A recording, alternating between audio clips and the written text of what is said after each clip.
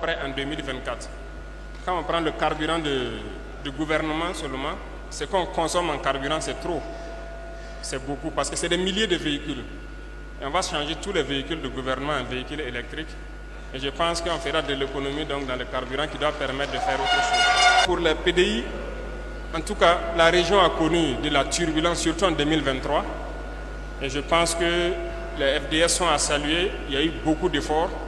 On a injecté quand même beaucoup de force dans la zone pour pouvoir faire retourner le maximum de PDI dans certaines communes. Et ça continue. Et c'est le lieu pour moi donc de dire que, comme il a dit, environ 80% sont reconquis. Il faut maintenant consolider. C'est cette phase qui est en cours. Il faut consolider ce qui est reconquis avant de se projeter à l'avant. Et comment consolider? Hier, je disais aux responsables coutumiers religieux et aux chefs de circonscription administrative que tout le monde doit se mettre dans la guerre. Se mettre dans la guerre, ce n'est pas forcément prendre la Kalachnikov. Les VDP ont décidé, ils sont dedans.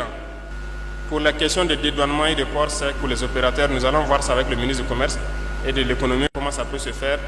Retenez aussi qu'il y a ce volet de digitalisation qui nous tient à cœur, qui est un secteur très important, mais aussi que les gens ne voulaient pas. Beaucoup de gens ne voulaient pas. Mais je pense qu'avec ça, ça doit pouvoir permettre de résoudre ce problème-là. S'il y a la digitalisation, je ne pense pas que c'est nécessaire de venir jusqu'à Ouagadougou pour dédouaner quelque chose et puis revenir à Tinkodougou. Ça peut se faire à la frontière et les ressources vont partir directement au trésor. L'électricité, c'est un problème, c'est l'énergie en général.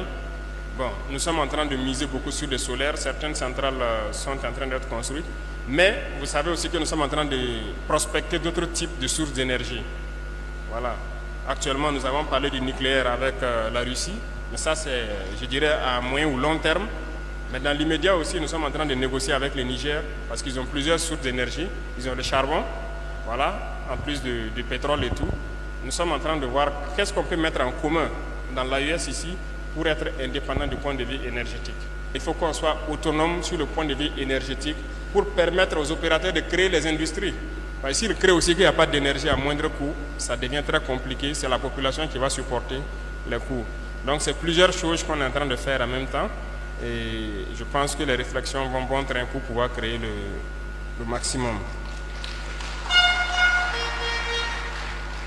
Maintenant, revenons à nos braves agriculteurs. Je pense que l'intervention est claire, limpide.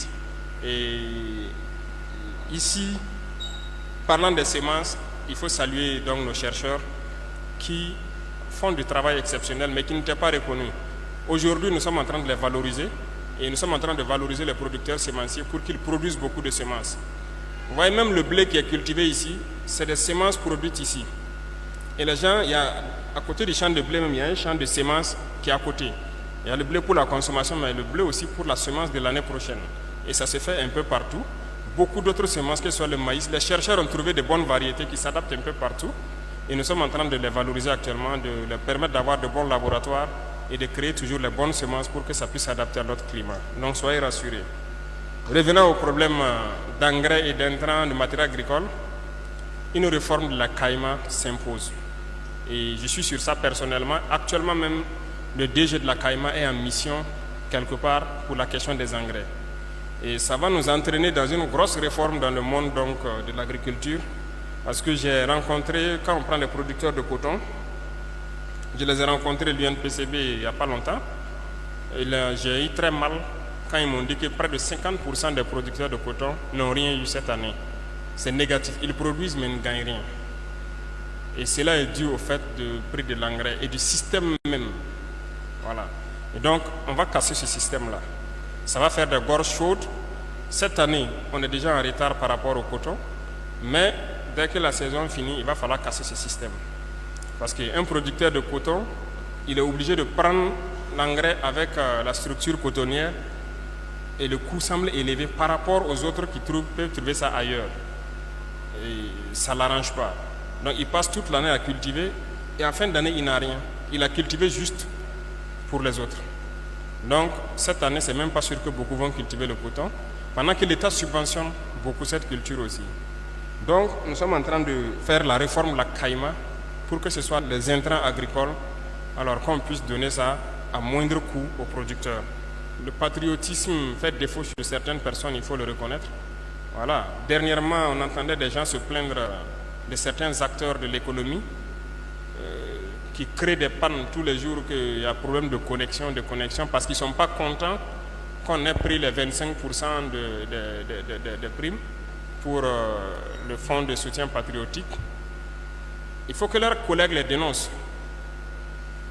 S'ils ne les dénoncent pas, en tout cas nous, la semaine passée, on a lancé des enquêteurs dans les différents services des impôts, des trésors et tout, pour voir.